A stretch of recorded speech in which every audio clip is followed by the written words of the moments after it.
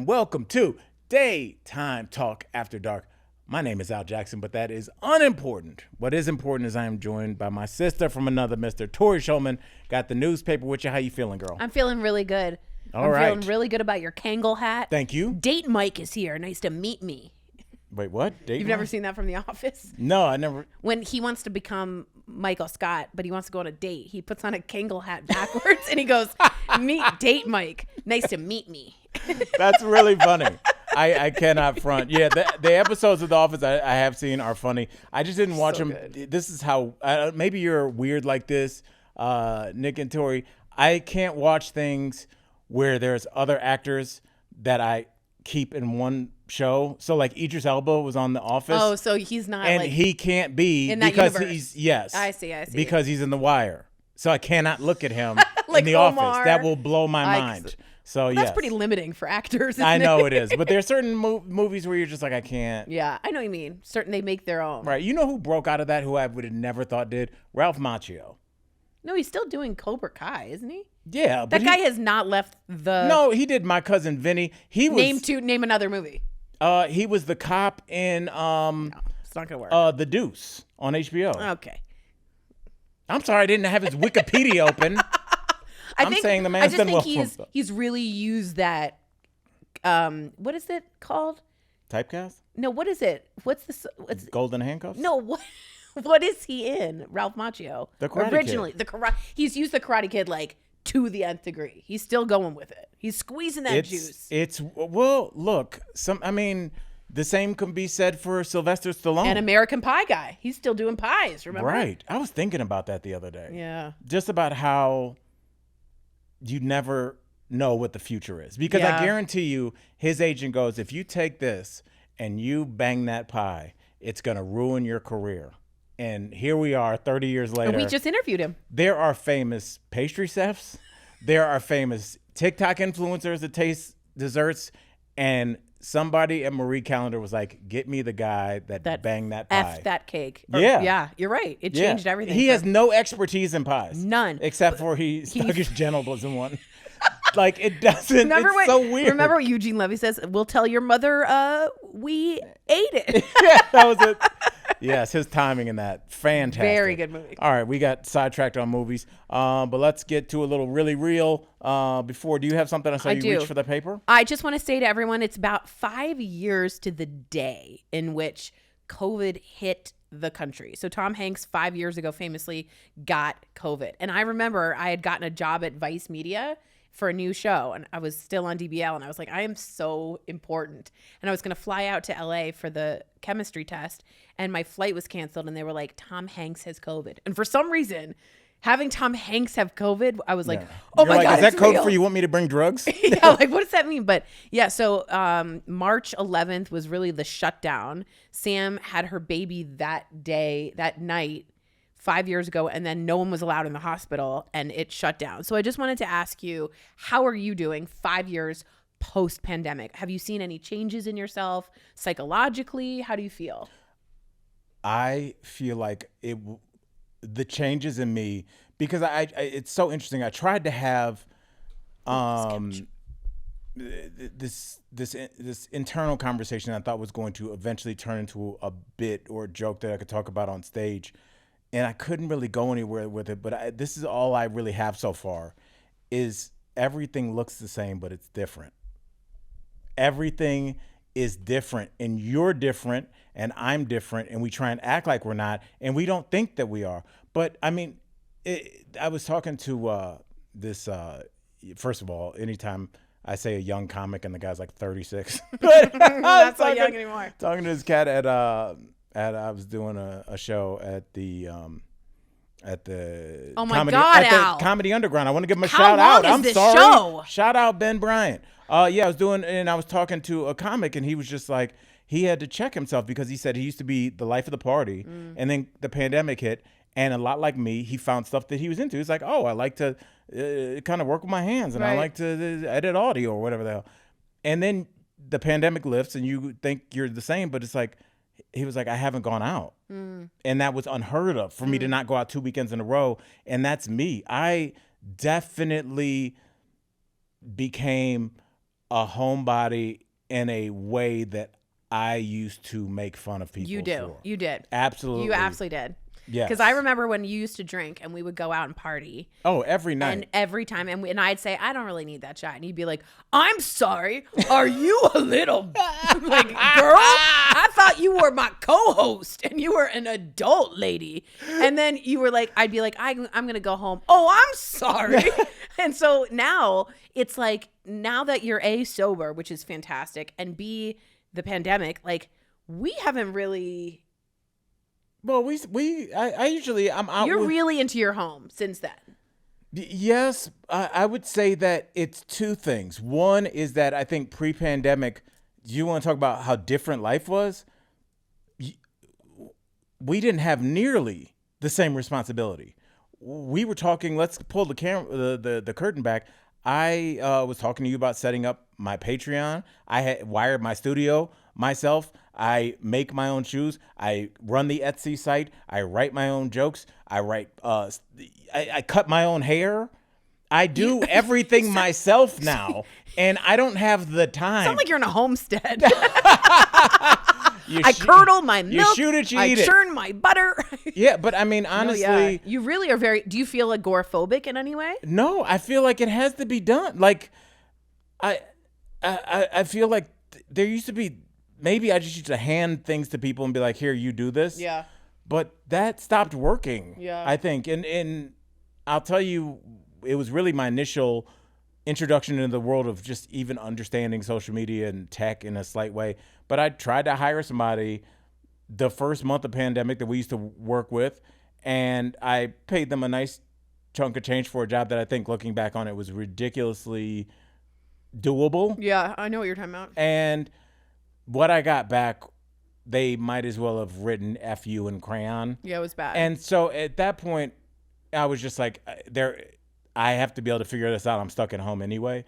But slowly but surely, I feel like we started, everything is like TurboTax. Do your taxes yourself. Yeah. Everything is yourself now. Yeah. And it's like I don't think that we realized that, like, you used to have your day. Yeah. And now it's like, oh, did you post, set your alarm 3 times. You got to post, stay on message, use this hashtag. It's like we have a mean sergeant that's in our lives now, but they're invisible. I feel that. Do you feel the same way? I absolutely do. It's so weird. You and I both came from like an analog world into a digital world. Yes. Like we came from like before the internet, which sounds ancient, but we have that with the pandemic. Like we had it before the pandemic and now the post.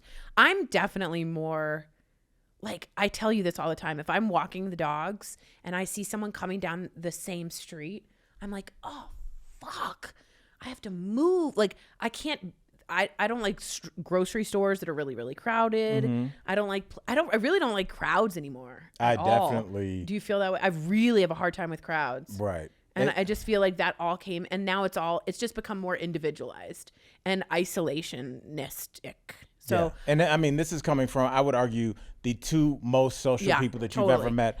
The two of us were like insane. Miami to New York to LA to Denver. I would argue that I was one of the wildest human beings in the country. I agree with you. I met many wild people, yes. And you were by far I just loved the people. wildest. I love going out. I love to talk to people. I don't care who they were. Hey, let's get some shots. And now you went to Scotland for a weekend, remember? Oh, yeah. I went to Scotland out of spite. Like, out of spite. Well, no, I was hosting a kids show on the BBC called Officially Amazing. We would watch people break Guinness Book of World Records, and the show was canceled once again due to no fault of just a competitor did some weird stuff. Yeah. It's like, you don't have to throw the whole show away. I know. But anyway, we had 99 episodes under our belt. And so they were like, we're going to film one more. And so they brought the show back for one more episode. And our old boss was like, you can't go. And I was like, yes, I can. What? Mom? Yeah, I'm going. So you flew on a Friday or what? I flew to Scotland on a Friday on a United flight, sent a picture, which I will send Nick to post, of me in front of the BBC Scotland with my finger over my lips like, shh. And to all the panelists, all the hosts. And then left, we shot the show Saturday. We partied it up Saturday night in Scotland, and I then went and got directly on a plane. And that seems like such a good idea when you're at the club. You're like, I'm not gonna sleep. Take my bags with me. And that's a terrible idea at like 8:41 in the morning. So sorry. When you are coming down So and you are sorry. so tired and you feel horrible. so sorry. And everybody else has got a cup of coffee and their kids, and you're like, I am. Leave And then me the flight alone. is just leaving, so you're like, you got 30. And I remember it was a British Airways flight, but it was an older plane, so it didn't have the TV in the seat. So you had nothing. So it was just the international map. So I just watched this plane go from Scotland to Denver. Oh my God, it was awful. Like inch by with inch. a hangover that could have killed a wild boar. I felt so bad. Oh man. But yeah, it was But yeah, worth you it. were wild. I'm glad that we did that. And like, honestly, Tori, the first night we met, you tore your toenail off skipping down an alley that definitely some crimes had been committed in. That was a sketchy alley. Skipping to the bar to go have fun. We just loved being out with people. Yeah, we did. And that's kind of gone away. And I wonder, did we default back to our norm and our natural, or are we forever changed? So I wonder. I would love to hear. Yeah, let people know. Let us what know. people think about that. All right, Tori, speaking about things changing, things are changing at the Department of Education. Yas. I feel inclined to read this because I don't have words, clearly. Department of Education cutting nearly half of its workforce, as reported by CNN. The U.S. Education Department said that it's cutting nearly 50% of its workforce, according to senior agency officials. Donald Trump proposed eliminating it altogether. Hundreds will be laid off starting Tuesday evening, in addition to those that took voluntary buyouts. The buyouts is in quotes, so I don't know what that means. These actions would cut the department's workforce of about 4,100 in half. Now, this is the only other thing I wanted before I get your comments. Linda McMahon, wife of Vince McMahon, who had a sex scandal going on until Trump got in office. What happened to that?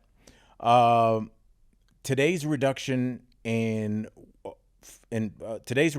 force reflects the Department of Education's commitment to efficiency, accountability, and ensuring that resources are directed where they matter most, to the students, the parents, and the teachers. What do you think about this? Well, let me add this last paragraph. This is important. This is a historic moment, at least in my eyes, as a former teacher and as a family of educators. My grandmother, my grandfather was 2 PhDs in statistics. He taught, so it's a big deal. It says roughly 1,300 employees roughly 1,300 employees notified of their layoff will be terminated in 90 days. Those fired will begin teleworking starting Wednesday and go on paid administrative leave March 21st.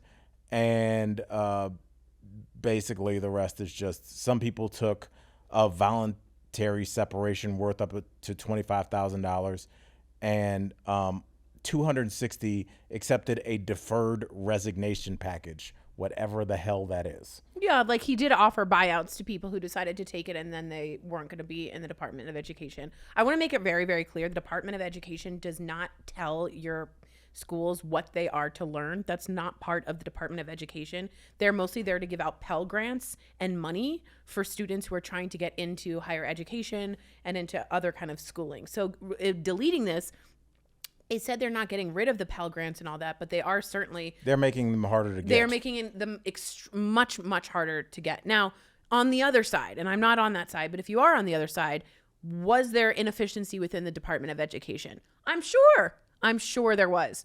But taking... What institution runs... I know Right. you're not saying this. No, of course, but I'm sure there's issues. But taking a jackhammer, which I just learned that word, Yes. to a situation that requires a scalpel is incredibly stupid and also against the law in many cases. We just saw someone reinstated that Trump tried to take out because the government said, the Supreme Court said, you can't do that.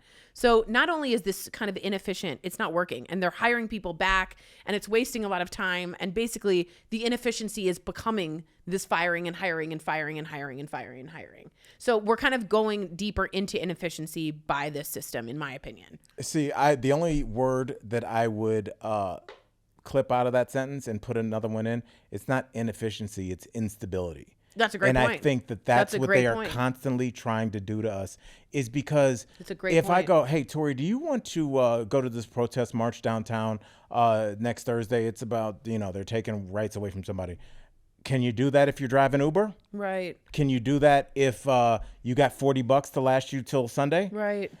Economic instability Sure. is the way that you create distrust amongst the masses, amongst the people, us. Yeah. And it keeps people from being at your neck, because when you're comfortable anywhere, like really comfortable, that's when you can go, is that painting crooked? Mm-hmm. Mm-hmm. But if you don't feel well, you don't have health insurance, totally, and you can't pay for your kids' college, do you give a shit about that painting? No, you're too stressed about everything else. Yeah. And so I think that this is deliberate. It seems like all the things that are being done deliberately, but they're all under the guise. And I just wish there was somebody with a voice that could push back and say, enough with your jargon. You know what I blame for this? Like expensive, healthy, like salad fast food places, and they use words like, oh, we sourced this from here. This is from a historic farm. Using words like that, I'm just like, what are you really trying to say, dude? And when you start talking about, we are trying to curb inefficiency while getting money, like, well, then tell us how you're going to do that. Tell us a system that works with 100% efficient. I can't think of any. Right. It's a good point. What you're saying is, what's your goal for it? Is it at 81%? You want it up to 89? Right. I would never just say, hey, Tory, the hinges on these doors are creaking on your front door. Let's get rid of the whole. So you don't have a front door in your house, and you're like, well, what are you going to replace it with? And it's like, no, but there's efficient. They weren't efficient, so we'll figure that out. Right. It's like, what's the plan? Have you ordered a door? Have you sized my door frame? It just seems like there is no plan, and we all know that there is no plan. And there's no system. I mean, that's a good point. If you're trying to help the system by creating a problem without another system, you're just creating chaos. Right. So, yeah, I think the idea of instability and also for people to grow up in the world and get somewhere higher education, you're making that harder. Like, you're making this people with bootstraps really struggle to find any kind of hold into this environment. So well, maybe that's the point. I think that's. We wrap that up on that. You know what that seems like that. that. And this is what if you ever want to look into Al Jackson's mind, this is how I think about everything, and why I think I'm a weirdo. Take the movie like Remember the Titans. There's a racially segregated town. Black head coach, the white and black students, black players are not in unison. They don't sit together. They develop community continuity, and then they all come out arm in arm, defeating racism, and go play a football game. And everybody that's normal looks at that and goes, what a beautiful story. In my eyes, I'm like, put the camera on the people in the town that didn't like that, because they were at that game too. Because we always cheer like, oh, and racism. There are some people at that game like, I want to keep racism. I don't like this. It's gotta be. Everybody at Footloose wasn't happy that those kids were dancing. What do they call it? The silent majority. A lot of people, and I feel like, Tory, you're such a beautiful, pure spirit that you don't understand what else is out there. When you see something like, hey, 3 Haitian immigrants that were found floating in the middle of the Atlantic Ocean, they just graduated college. Remember that story? That's beautiful. There's some people like, should have sent them back. That cold, and they mean it. And I think that we forget that there is a lot of people, when they hear the stat that the highest, the most educated people in our populace per capita are black women with PhDs. A lot of people are like, good, my mom has a PhD. Erica's mom has a PhD. There's a lot. I feel like this Pell thing is just like, and that'll be the last of that. Because how are you going to get funding if there's only one person working? Yeah, it slows everything down. Do you imagine going to any job and just taking half the staff? Well, that's what it's like. Bam, bam. It's like indiscriminate. It's like, bam, I don't like this. Bam, bam, bam. You're gone. You're gone. Like, remember Twitter? He came in with the toilet and was like, you're all gone and I'm going to fix this. And then everything kind of went sideways. In order to fix efficiency in government, which I do think is a good thing. Like, again, I want to take the other side and say, like, I understand the purpose of this. We don't do it the Elon way if you want to make a lasting effect. Because at this point, you're just exploding things. You're just a kid with Legos being like, bam, bam, bam, bam. But doesn't it's it not doing seem anything. like they're not trying to do it the right way? I mean, these are successful men. Yeah, but so they know have built things and they know how things are built, and they're not, unless you're going to gut a company and restart it. I mean, Twitter. He builds things, and then what do? They explode, literally. His SpaceX rockets, like, he takes risks that are really, really way higher than most people would want with our federal government.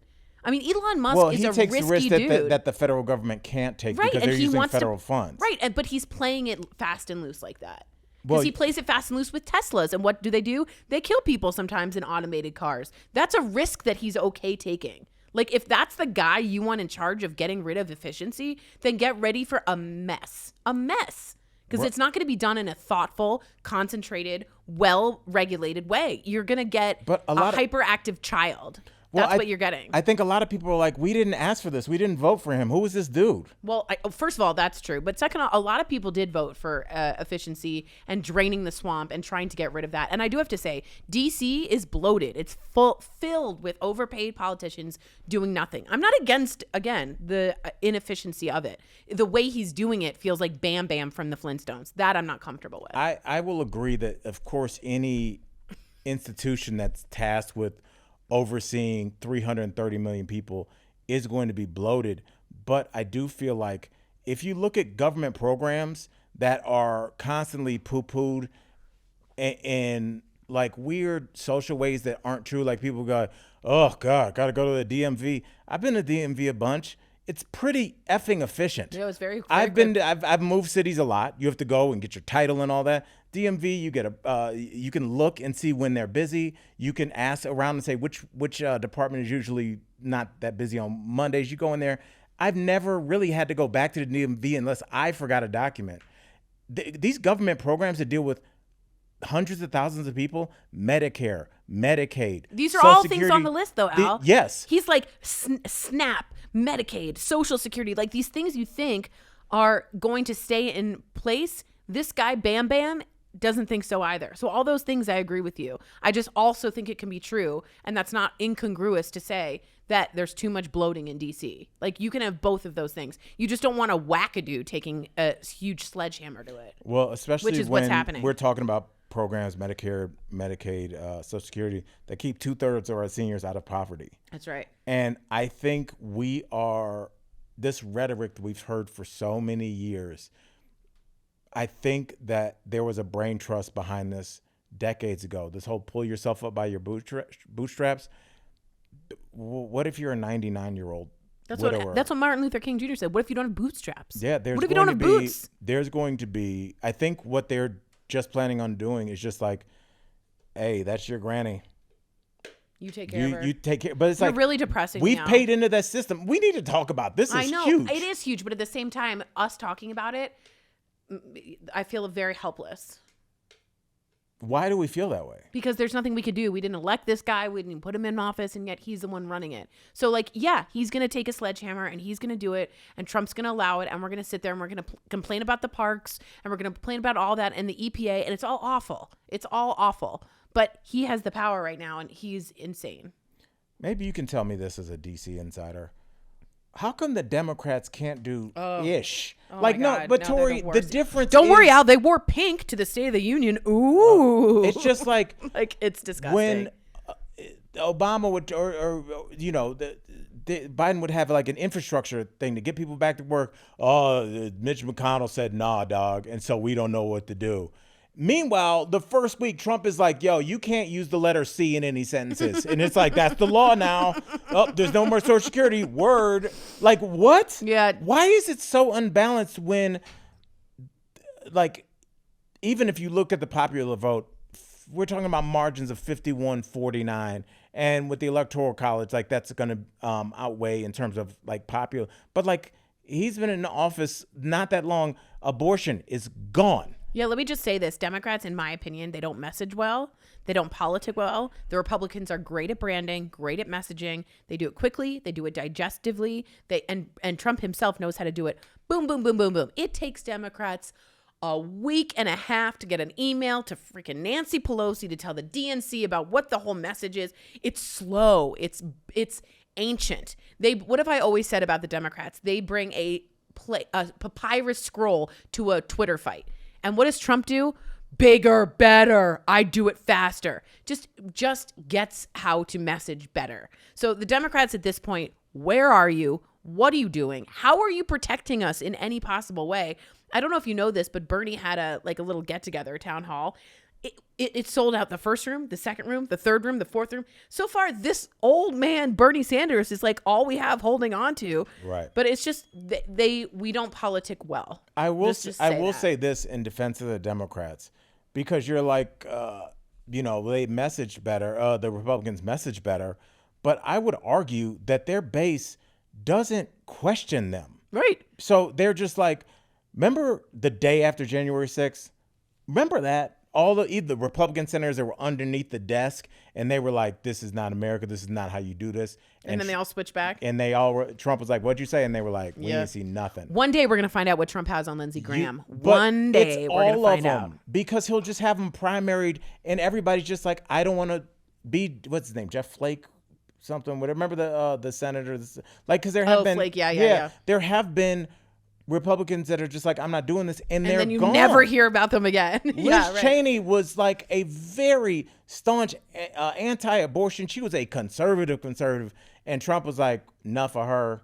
Word. Yeah, that's what you call a personality of a cult. Yeah, that's a cult of a personality. It's when you're in love with a person instead of a party. So then, that's what the messaging is just like whatever he says. Yeah. And it's like they are like, oh, that's grab him by the pee. That's locker room talk. And everybody used that exact phrase. They never said, that's how boys talk in the locker room. That's just men blowing off steam. It's locker room talk. Talk. Stop the steal. It's like.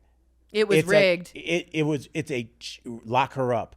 It is a chant, and there's no derivation. Right. Because if it's just how you felt, if we were like, it's cold in this room, I would be like, hey, Nick, it's cold. Tory would be like, I might want to put on a jacket. But we wouldn't have the exact wording. Yeah. Well, that's how you know it's more about the person than it's the not party. cold, by the way, Nick. It's a little cold. Okay, so let's move on because we have some people are going to be disagreeing with us highly. Good. Very good. And that can be seen as an unpopular opinion.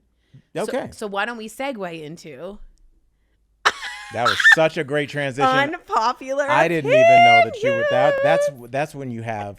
That's when you go to Germany and you rent the most expensive BMW. You're on the Autobahn. I am a driving machine. And just that transmission just shifts so seamlessly. You're like, oh, we're in fifth. All right. I do what I can. Tori, how about I read this and you react to our first. I don't want to see Nick's notes. Okay, Nick, play the first one. He already did. No, he has it on a notes thing. Yeah. Oh, okay. What do you do? I'm sorry. I was going to read it. He just made it bigger. Okay, which that's his way of saying, read it, dummy. Okay, you pick one. It says, the first unpopular opinion, Bohemian Rhapsody is a terrible song. Quickly. Wait, yeah. And then the guy who said this said that the tempo was off, and that it went all over the place, that the story was crazy. Mama, I killed a man. Should have put a gun against his head. It's kind of a weird song. It is. I will say this. First of all, I love the song. It's an operetta. And what other rock group? Well, some 80s groups were doing it, but it was beautiful. If you didn't know, Freddie Mercury had an extra set of molars, which made his mouth. I don't want to do this because I'll get screenshot. But his mouth will. Wake up. His mouth could open so high. That's why he could hit those notes. And that's why he decided to do opera with all those guys. Isn't that cool? It is. Mama. I will make a much less boring argument for this song. That's Wembley. I will say that there are very few songs in which human beings all come together. That's right.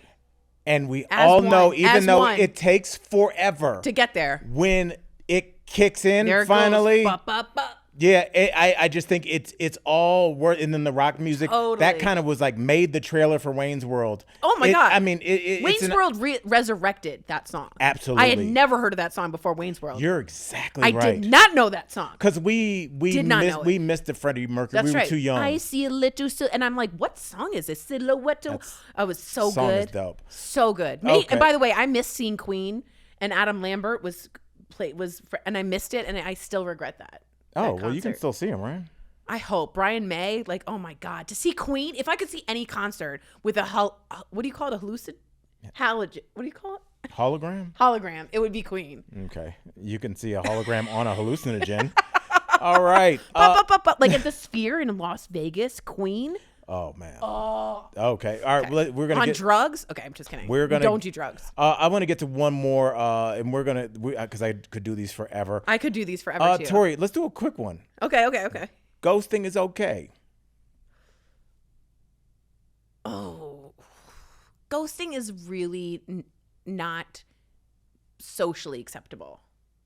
So which way are you looking at it? Are you looking at it in terms of like socially acceptable or morally acceptable? I'm not even looking at morals. I'm looking at it as with two human beings. And I feel like the more that you guys interact, the more that you owe to each other.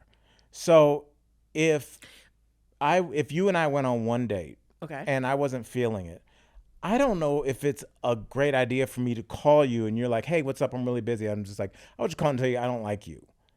I don't know if that's necessary. Now, if it's our fifth date, I think I could be like, hey, I'm kind of seeing my ex again, so I don't want it to be weird, so I'm just letting you know I'm going to taper off a little bit.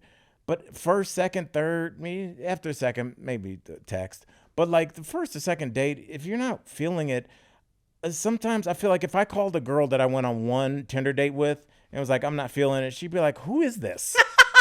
You know, like it's not always about you either. What do you think? I think ghosting, usually when you feel like that, there's been some kind of connection made and then that connection is cut off, and that could be very difficult. But this person said, I gotta say, as someone who's been ghosted and who has ghosted others, it's really the best thing that can happen to you, because you just separate yourself from the equation.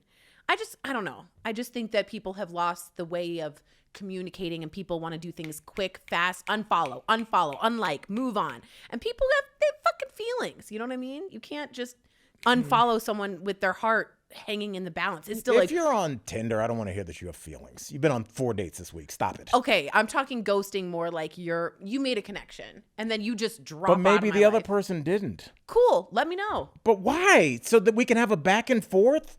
Like that's kind of reopening an angle for communication. And even though I might be upset, I've been on the weird end of ghosting, even though like sometimes we had a good interaction and made plans, and then when I went to follow up, clearly between then and they met somebody else and they were just like, yeah, I don't know, and you're like, oh yeah, you're like, so you would rather be ghosted than hey, you'd rather be ghosted than have this whole conversation of like, hey, Al, it's Tory. Like, you would rather not have that conversation.